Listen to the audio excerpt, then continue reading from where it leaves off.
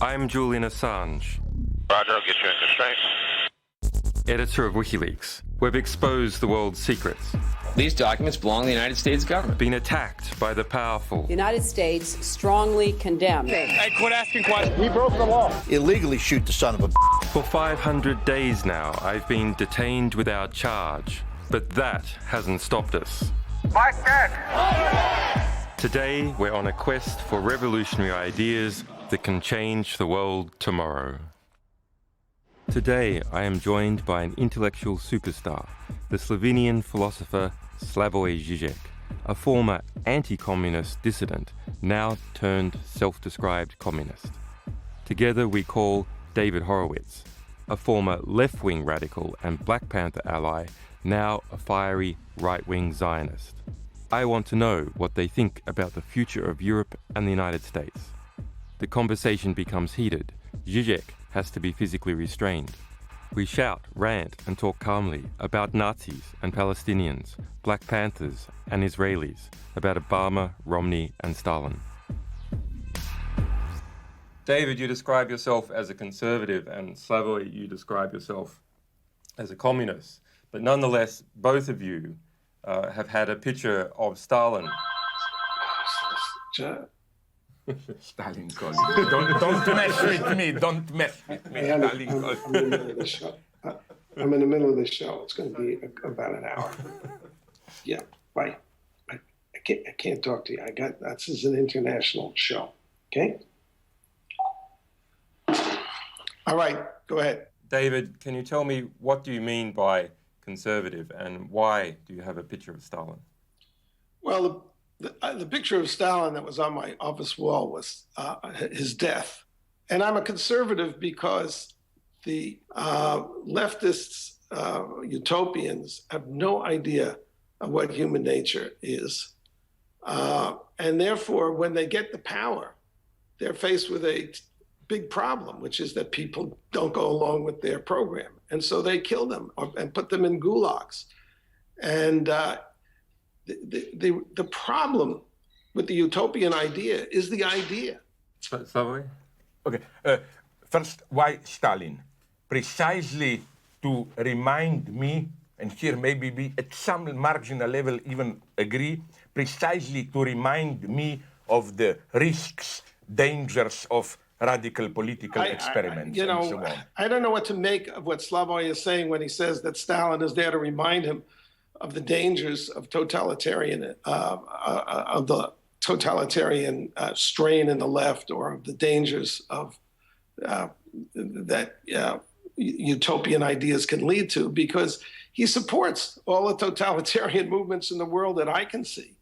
You're a supporter of the closest thing we have to Nazism, which was a utopian idea in the Middle East. You support the Palestinians. I don't see anything to distinguish the Palestinians who want to kill the Jews from the Nazis. Listen, did you ever visit the West Bank? It's totally safe for Jews. Israel. What I'm saying is that I went there with my Jewish friends. It's safe, and I can tell you what I'm not saying, I must emphasize this, I find tasteless these ideas, what Nazis were doing to the Jews are now doing to Palestinians. I agree, this is tasteless. But sorry, Palestinians are there screwed up. Pretty strongly. They're screwed by Hamas. They're screwed by the PLO. No, here I disagree. By Saudi Arabia. Here I disagree with the way Israelis humiliated Arafat and so on. Israeli policy opened up the space for Hamas influence there. Yeah. Second thing. We're going to blame the Jews for Hamas. Great. Oh my God, you see, this is what I don't like about you. My God, whatever I say, I blame the Jews. You know why No, seriously, just one thing. Look at the situation of women now in Iraq. Horrible is this sound? It's worse than under... Who's responsible for this? United States with their F-3 points intervention. The international left and the Democratic Party in the United States that went to war for Saddam and against George Bush when he went into Iraq. We should have settled their hash. We should not have, we should have occupied them for several years. David, I mean, this is an incredible overnight. statement, though. Should have stuck it to Syria, and then we should have stuck it to Iran. But Bush came under such attack from the Democrat. There's never been such a seditious movement by a major American party. They all supported the war, not all of them, but the leadership supported the war. They voted in their majority in the Senate for the war, and then they turned against it, and they lied, saying that Bush lied. Bush couldn't have lied about the intelligence because Kerry and Rockefeller and Feinstein, all the Democrats sat on the intelligence committees.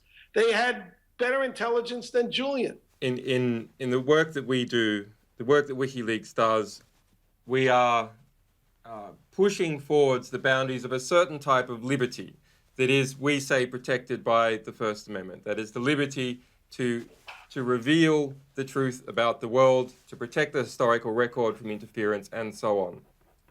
I saw this incredible poster that the US Army produced, which is a poster of Jefferson, with a big statue of Jefferson saying, the cost of liberty is eternal vigilance. That is the price of liberty. And it had giant interception systems, people with guns, and the Coast Guard, and people looking out over the sea with spy glasses.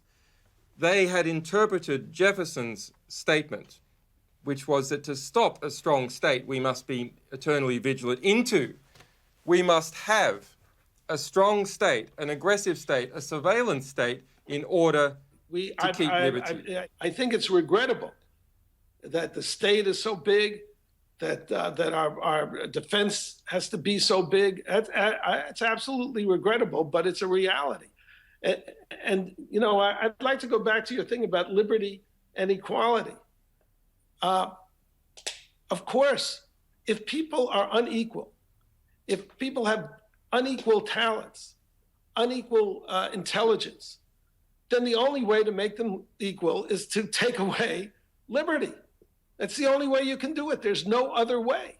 So, of course, there's an inherent conflict between liberty and equality. I'm not an idealist here, in contrast to what you think. I am not for total freedom, everything should be made public. But I think these WikiLeaks are not doing this. All I'm saying is when the way great power structure, a certain level of hypocrisy is reached, then selectively, when simply, how to put it, of course, we are always called to trust the state power, in the sense of, sorry, we have to do certain things discreetly, better that you don't know about it. And I agree, we have to play this game. I'm not a stupid, but when, obviously, this trust is misused, things like WikiLeaks can play a very positive role. Sorry, I don't see any danger of collapse. If the revolution,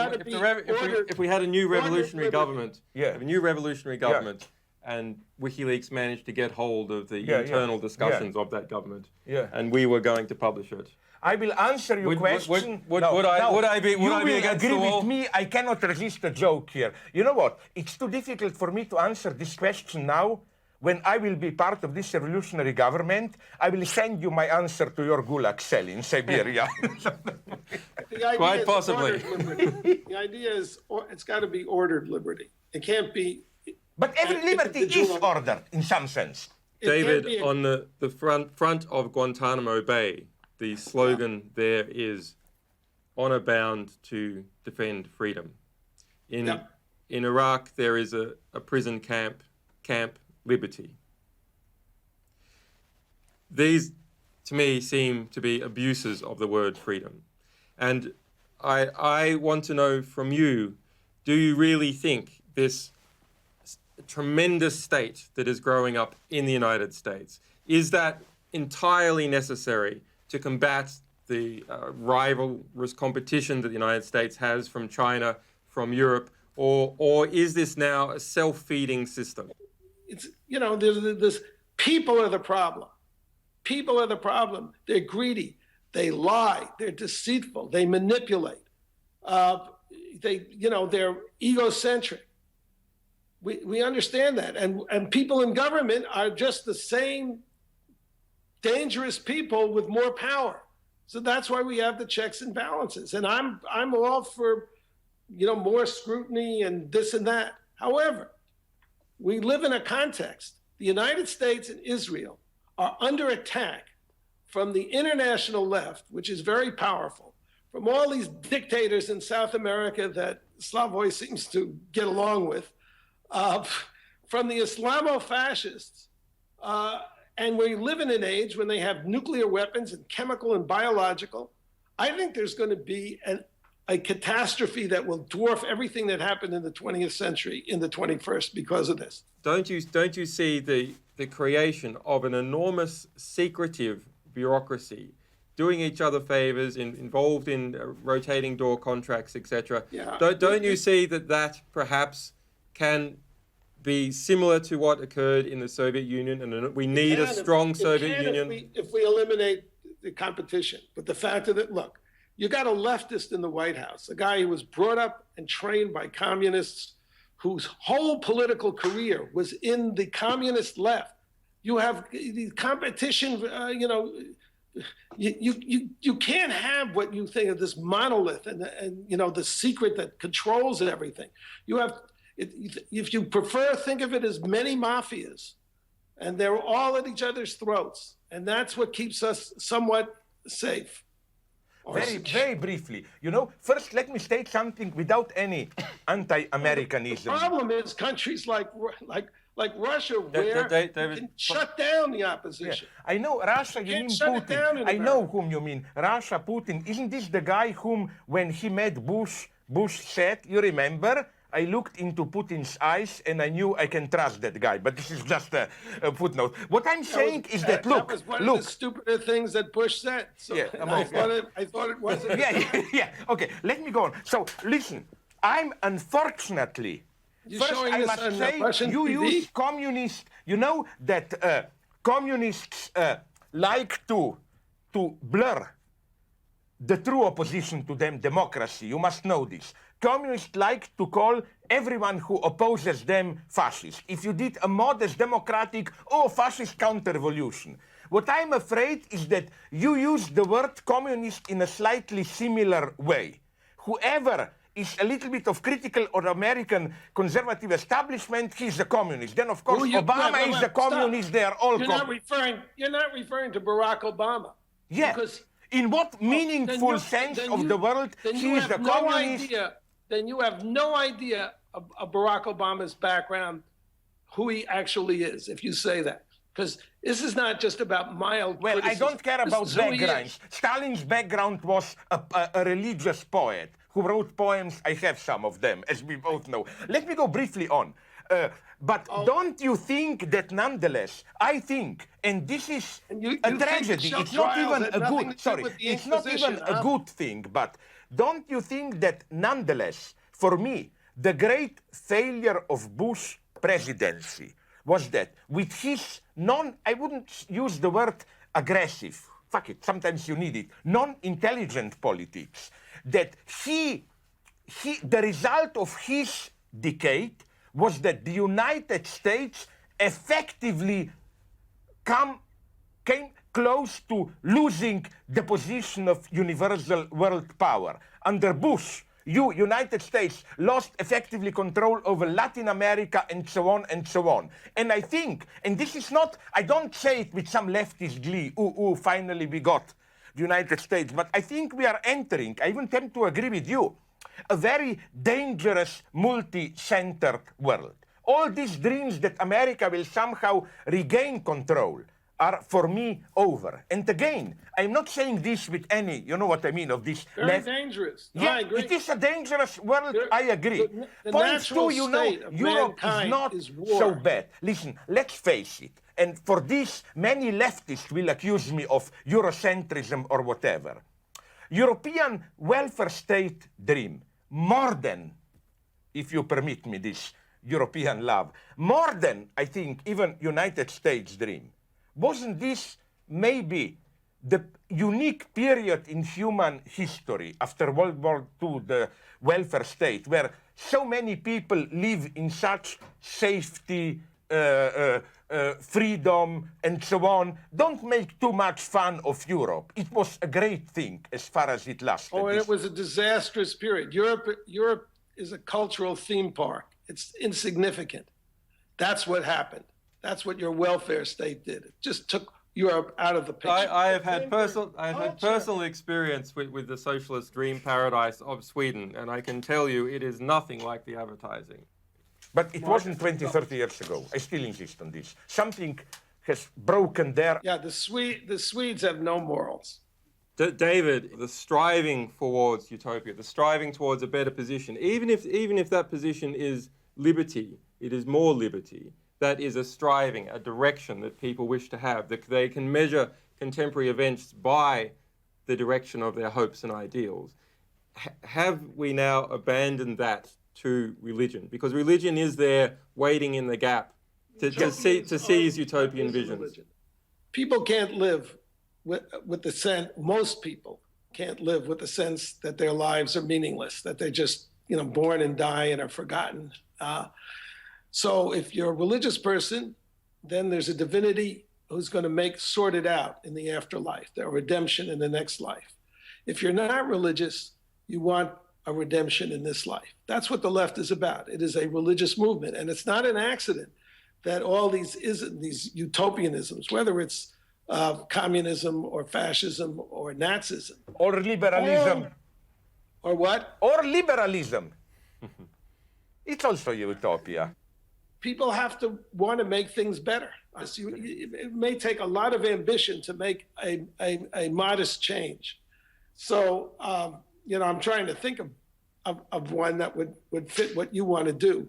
What you want to do, what you do is a radical means that can have very destructive consequences. But there are moments when you have to be, look, when you have Hitler and Holocaust, but when you have, for example, Hitler and Holocaust, you don't say, oh, let's try to be friendly with that Nazi guy there, do it modestly. You have to, there are moments when you have to be aggressive. I hope we agree. Right. I hope we agree on this and about all that utopia stuff. For me, my position is a modest one. I see, as we all do, that we are approaching potential catastrophes. And all I'm saying is we should fully, consciously confront these catastrophes. No easy utopian bullshitting, communist or liberal or whatsoever. Let me try to tie up these discussions. He wants to be General Secretary Stalin, who at the end makes the resume. He still is a communist. He's the communist here. That's what I was going to say. War is the natural condition of mankind. There's always been wars, right? From the beginning, okay? And many of them. Peace occurs only when there's a concert of powers or a single power that can intimidate would-be aggressors. Now, I ask you, who would you like that power to be other than the United States? I don't know, but the United States is no longer even the candidate for me. And the United States, well, that's why we're facing such catastrophe. But you're contributing it by encouraging leftists. Isn't the way to keep the state accountable is to have a free market in states? You mean different political options? Different political options, yeah. And then people who don't like the conditions in one state can move to another state. They can move their businesses, they can move their assets, they can move their families. The United States is not equipped to, as we showed in Iraq. We can't even occupy a country. We can barely conduct a 4-day war. That was a 6-week one, and America it's a country where people are so there's so much opportunity. People are so busy having fun. They don't want to go to war. Americans don't want to go to war. America has to be lied into war. No, actually, it was Tony Blair that did that. The United States is crippled in part because its commander-in-chief is a leftist. Here I respectfully disagree, and I'm serious. If the United States still have a certain attraction and so on to the world, I'm sorry to inform you, it is because of people like Obama who can succeed there. 4 days into Obama's administration, he authorized his first drone strike in Pakistan. Who do you think Obama really is? What? So when he came into office, and actually when he was running, he knew that his weak flank was the military. So he picked Pakistan. He has killed more civilians, and the left lets him get away with it because the left is a religious force. It has nothing to do with principle. The left doesn't care about Asians being, killed by drones. What does he want to do? Out in the streets protesting what Obama is doing in Pakistan and Afghanistan, beyond, I don't have any respect for leftists anymore because I don't think they're principled. You see, here is our difference. We are both critical towards Obama. You are critical towards him. You are critical towards Obama because you think he's a communist, leftist. I'm critical towards Obama because, quite on the contrary, I think that he is not a secret closet leftist. He is not. He pretends to be a leftist. He is not. That's the problem. You don't know what you're talking about, Slavoj. I've listened to Tariq Ali. I mean, he hates what Obama's doing. But that just because they're a leftist to the left. These are your old leftist friends. Okay. Tariq Ali is not my friend. I don't buy this democratic left bullshit of, local grassroots democracy, blah, blah, blah. All I'm saying is that the problem which gave rise to communism is still here with us. I'm afraid what happens if we don't find the solution. No, it isn't. The problems are going to be here forever. Yeah, but there are problems and problems. That's a realistic view. Okay, let's hold, gentlemen. That we can change them. We have a lot of ground. We have a lot of ground. We have a lot of ground. We are two fanatics, and he's a liberal trying to. We should maybe all totalitarians come together to get rid of this liberal here. We have a lot of ground to cover, and I do want to cover it. Okay, so David. You were in the Black Panthers, and you stayed in the Black Panthers post. No, I was never a member. I raised money for it. You helped them. You were involved in their activities, and you supported them. Yes. You were like those bankers who helped Hitler. No, if I may use a metaphor. I don't think so. And you brought in a bookkeeper from the then Ramparts magazine, which you were editing, Betty Van Pater. And I just want to draw your attention to a letter that was sent to you. In my mind, you were the person responsible for Betty's death. Sending her in to audit the Panthers' books at this particular time was tantamount to dressing her in a Ku Klux Klan white sheet and sending her up to... Julian, this isn't... I mean, that's just a slanderous letter by a bitter guy. Who actually was involved with the Panthers before I was and never said anything. The left will defend the cause and will sacrifice any individual. In this case, it was me. David, do you think this tragedy? I mean, you were involved in a murder. I mean, a murder was around you. This is something of great personal importance to you, and it must have affected your outlook on the world. But do you think that this opened your eyes to the reality, or rather it colored your perception? Well, I was very aware of that. So Betty was killed or her body was discovered in February 1975. I didn't do anything politically after that for the next 9 years. I voted for Reagan in 1984, and that's when I emerged as a conservative. Of course, I came under tremendous attack from the left, but I hadn't said anything. I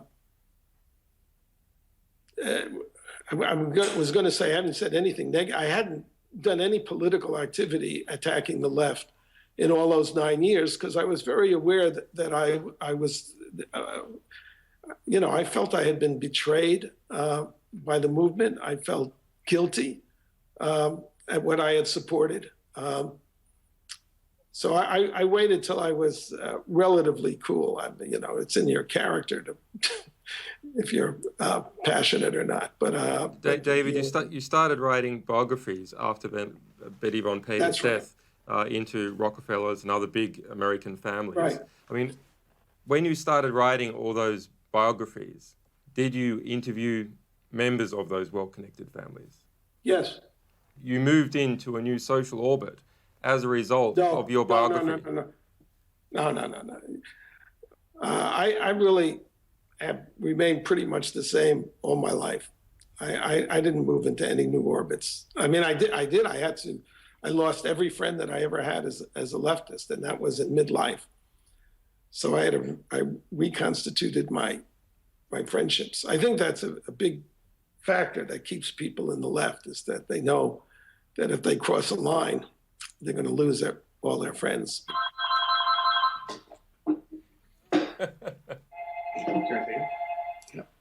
Honey, what?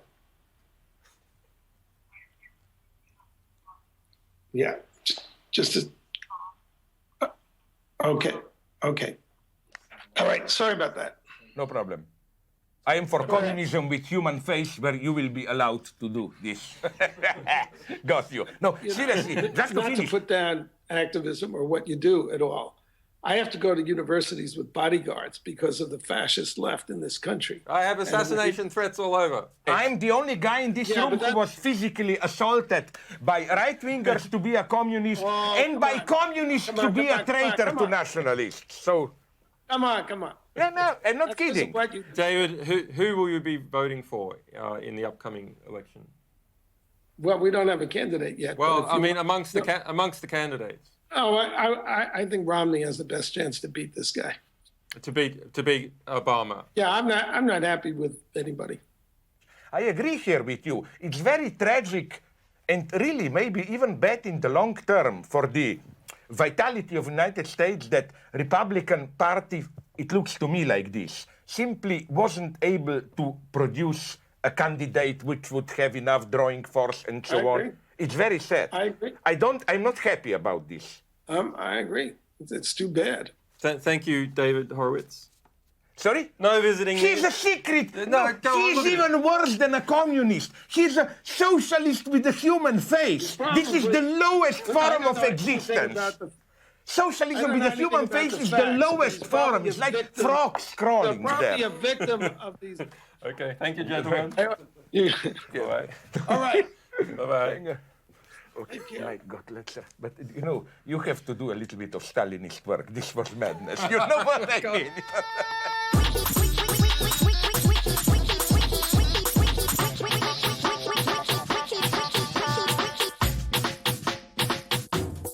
My idea is they put you on a plane. Fuck it, the unions should say we will not fly if you are, or something like this, you know. So I think it's time to raise the stakes.